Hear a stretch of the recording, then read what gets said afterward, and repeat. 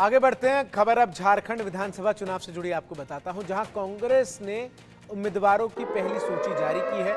21 उम्मीदवारों का इस सूची में ऐलान किया गया है। जामताड़ा से डॉक्टर इरफान अंसारी को टिकट दिया गया, तो वहीं रामगढ़ से ममता देवी को फिर से टिकट दिया गया है।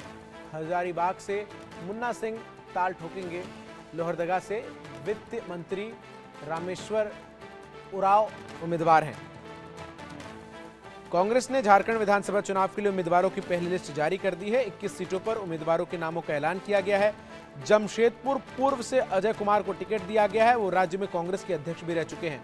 लोहरदगा से रामेश्वर उरांव को टिकट दिया गया है। झरिया से पूर्णिमा नीरज सिंह, जमशेदपुर वेस्ट से बन्ना गुप्ता और बिरमो से जयमंगल सिंह को टिकट दिया गया है। कांग्रेस ने जामताड़ा से इरफान अंसारी को टिकट दिया है। वहीं महकमा से दीपिका पांडे सिंह को प्रत्याशी बनाया गया है। दरअसल कांग्रेस ने झारखंड विधानसभा चुनाव के लिए 21 उम्मीदवारों की पहली सूची जारी की, जिसमें प्रदेश सरकार के वित्त मंत्री रामेश्वर उरांव, कांग्रेस कार्य समिति के अध्यक्ष सदस्य अजय कुमार और कुछ अन्य मंत्रियों के नाम हैं। पार्टी की केंद्रीय चुनाव समिति की बैठक के कुछ घंटों बाद ये सूची जारी की गई। रामेश्वर उरांव को उनकी मौजूदा लोहरदगा सीट से एक बार फिर उम्मीदवार बनाया गया है। भारतीय पुलिस सेवा के पूर्व अधिकारी अजय कुमार को जमशेदपुर पूर्व विधानसभा क्षेत्र से टिकट दिया गया है। अजय कुमार जमशेदपुर से लोकसभा के सदस्य भी रह चुके हैं। राज्य के ग्रामीण विकास मंत्री इरफान अंसारी को उनके वर्तमान क्षेत्र जामताड़ा से फिर से मैदान में उतारा गया है, जबकि स्वास्थ्य मंत्री बन्ना गुप्ता को जमशेदपुर पश्चिम से उम्मीदवार बनाया गया है। कृषि मंत्री दीपिका पांडे सिंह को महकमा से एक बार फिर से उम्मीदवार बनाया गया है, वो वर्तमान में इस सीट से विधायक हैं। लिस्ट जारी करने से पहले दिल्ली में कांग्रेस केंद्रीय चुनाव समिति ने उम्मीदवारों के नामों पर लंबी चर्चा की। इस बैठक में कांग्रेस अध्यक्ष मल्लिकार्जुन खड़गे, सोनिया गांधी, राहुल गांधी, केसी वेणुगोपाल, गुलाम अहमद मीर, केशव महतो और झारखंड के अन्य नेता शामिल हुए थे। बैठक के बाद मीर ने कहा कि झारखंड में कांग्रेस के कोटे की 70% सीटों पर चर्चा हुई। कनिका कटियार हमारी सहयोगी अधिक अपडेट्स के साथ इस खबर पर हमारे साथ जुड़ रही हैं। कनिका, जो परिस्थितियां झारखंड में चुनाव को लेकर नजर आ रही हैं, जहां झारखंड मुक्ति मोर्चा बड़े भाई की भूमिका में इंडिया गठबंधन में नजर आ रहा है और कांग्रेस ने जब 21 नामों के उम्मीदवार किए हैं, तो ऐसे में कई ऐसे नामों को रिपीट किया गया है जिनके ऊपर कई संगीन आरोप भी इस 5 साल के कार्यकाल में लगे हैं।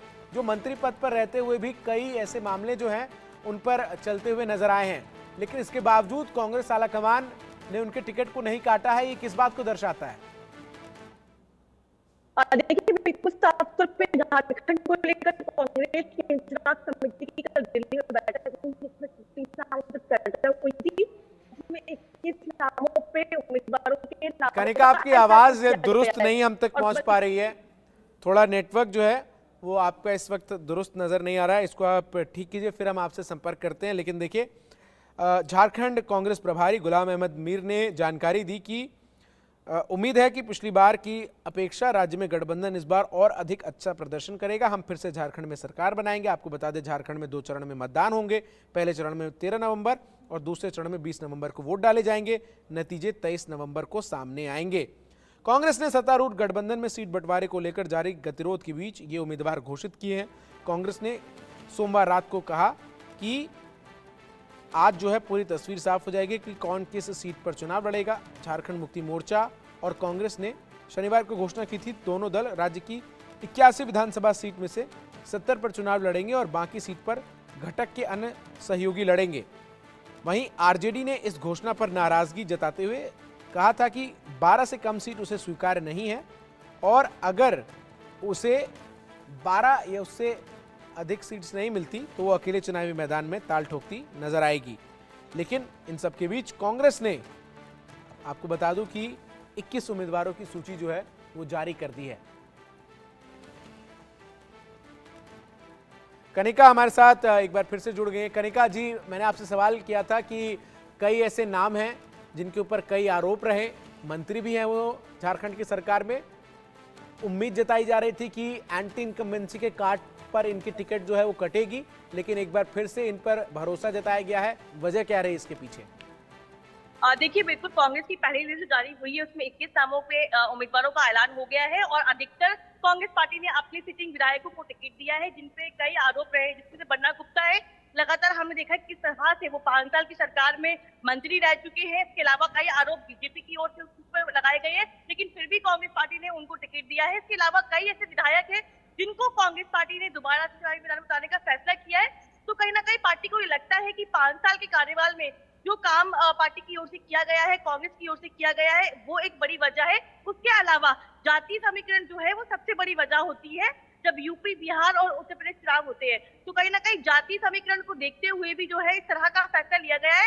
हालांकि इससे पहले लगातार ये कहा जाता है कि जिनके खिलाफ एंटी इनकम्बेंसी है उनको टिकट नहीं दिया जाएगा, लेकिन एक बार फिर से देखा गया कि कांग्रेस पार्टी ने हरियाणा में भी उन विधायकों को टिकट दिया था जिनको के खिलाफ एंटी इनकम्बेंसी थी, लेकिन फिर भी उनको टिकट दिया गया था। और झारखंड में भी अब कांग्रेस पार्टी की ओर से सिटिंग विधायकों को टिकट दिया गया है, जिसमें बड़े नाम जो है वो भी शामिल है। अजय कुमार जो कई राज्यों के प्रभारी रह चुके हैं, उनको उम्मीदवार बनाया गया है। दीपिका पांडे जो कि लोकसभा में निशिकांत दुबे के सामने टिकट मांग रही थी, लेकिन कांग्रेस पार्टी ने वहां पे उनको टिकट नहीं दिया, लेकिन विधानसभा चुनाव में दीपिका पांडे को कांग्रेस पार्टी ने टिकट दिया है। तो कई ऐसे नाम है जिनके खिलाफ एंटी इनकम्बेंसी है, लेकिन फिर भी कांग्रेस पार्टी ने उनको टिकट देकर चुनाव मैदान उतारने का फैसला किया है। तो कहीं ना कहीं एक बड़ी रणनीति ये भी है कि जिस तरह से कास्ट इक्वेशन होता है उसको ध्यान में रखते हुए ये तमाम फैसले जो है वो कांग्रेस पार्टी की ओर से लिए गए हैं। और अहम सवाल यह है कि जिस तरीके से गठबंधन को लेकर ये सवाल मेरा कनिका आपसे है कि आरजेडी बार बार कह रही है कि 12 से कम सीट अगर उसे मिलती है तो अकेले वो चुनाव लड़ती हुई नजर आ सकती है। हालांकि कल अहम बैठक हुई है, जैसा कि मुझे जानकारी मिल पा रही है। झारखंड मुक्ति मोर्चा की जो मुख्यमंत्री हैं झारखंड में इस वक्त हेमंत सोरेन और तेजस्वी के बीच क्या आरजेडी को मना लिया गया है या फिर आरजेडी कांग्रेस और जेएमएम के इस गठबंधन का ही खेल बिगाड़ती नजर आएगी? देखिए, अगर हम गठबंधन की बात करें तो जेएमएम लगातार कांग्रेस पार्टी पे दबाव बना रही है कि आरजेडी को आपको अपने कोटे से टिकट देनी होगी, उनको सीट देनी होगी, हम उनको नहीं देंगे।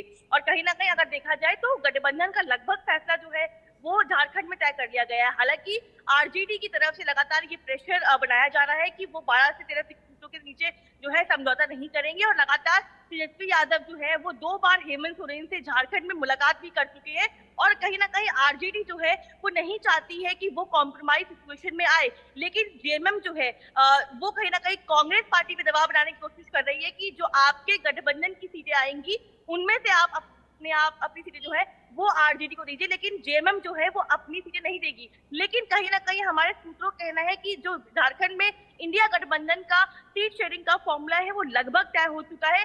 लगभग 41 से 42 सीटों पे जो है जेएमएम चुनाव लड़ेगी, 29 से 30 सीटों पे जो है कांग्रेस पार्टी चुनाव लड़ेगी। इसके अलावा 7 सीटें ऐसी हैं जो आरजेडी को दी जा सकती है। और पिछली बार विधानसभा चुनाव में भी आरजेडी को जो है 7 सीटें दी गई थी, जिससे 1 सीट जो है वो जीत पाए थे। इसके अलावा जो माले की पार्टी है उसको 3 से 4 सीटें जो है वो वहां पर मिल सकती हैं। तो लगभग जो है ये कहा जा रहा है कि जो इंडिया गठबंधन का सीट शेयरिंग का फॉर्मूला है वो तय कर लिया गया है। लेकिन सबसे बड़ा सवाल यही है कि जो आरजेडी को सीट जेएमएम और कांग्रेस ने दी है, आरजेडी उसमें स्वीकारता रखती है या अपने आप को इस गठबंधन से बाहर रखती है, ये फैसला आरजेडी को करना होगा। लेकिन जेएमएम और कांग्रेस के बीच में 70 सीटों के बीच में जो है कहीं ना कहीं सीट शेयरिंग का फॉर्मूला तय हो चुका है। बची हुई सीटों पे जो है कहा जा रहा है कि आरजेडी, माले और जो अन्य पार्टियां हैं, छोटी मोटी पार्टियां, उनको कहीं ना कहीं इंडिया गठबंधन में सीट शेयरिंग दी जाएगी। और जिस तरीके से बाकी बची हुई कांग्रेस की सीटें हैं इसको लेकर कब घोषणा होगी?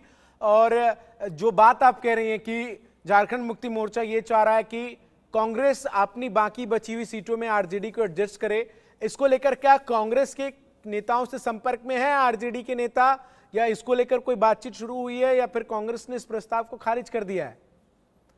देखिए, कांग्रेस को आरजेडी के साथ गठबंधन करना ही होगा। कांग्रेस के लिए ये ऐसी सिचुएशन है जहां पे आरजेडी उनके लिए जरूरी भी है और मजबूरी भी है, क्योंकि बिहार में जिस तरह से आरजेडी के साथ कांग्रेस पार्टी ने पिछले विधानसभा चुनाव में गठबंधन किया हुआ था, इसके अलावा अगर देखा जाए तो इस लोकसभा चुनाव में इंडिया गठबंधन का आरजेडी एक पार्ट है। तो कहीं ना कहीं आरजेडी को साधने की कोशिश जो है वो कांग्रेस पार्टी जरूर करेगी। हालांकि कांग्रेस के जो कुछ नेता हैं उनका यही मानना है कि आरजेडी के सामने कॉम्प्रोमाइज नहीं करना चाहिए। आरजेडी ने पिछली बार 7 सीटों पर चुनाव लड़ा था, जिसमें से 1 सीट केवल वो जीत पाए थे और बाकी 6 सीट वो हार गए थे। तो जो आरजेडी क्लेम कर रही है 12 से 13 सीटों का, वो क्लेम लेकिन कनिका, कांग्रेस के लिए जो दिक्कत है वो ये है कि हरियाणा में जिस तरीके से परिणाम सामने आए, कुछ ऐसी ही बातचीत आम आदमी पार्टी करती हुई नजर आई थी और उसके साथ गठबंधन नहीं हुआ, उसका खामियाजा क्या कांग्रेस को उठाना पड़ा, वो परिणाम जो सामने आए उसमें साफ तौर पर नजर आए।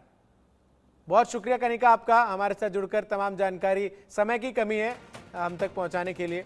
आगे बढ़ते हैं, जहां दिल्ली एनसीआर में प्रदूषण खतरनाक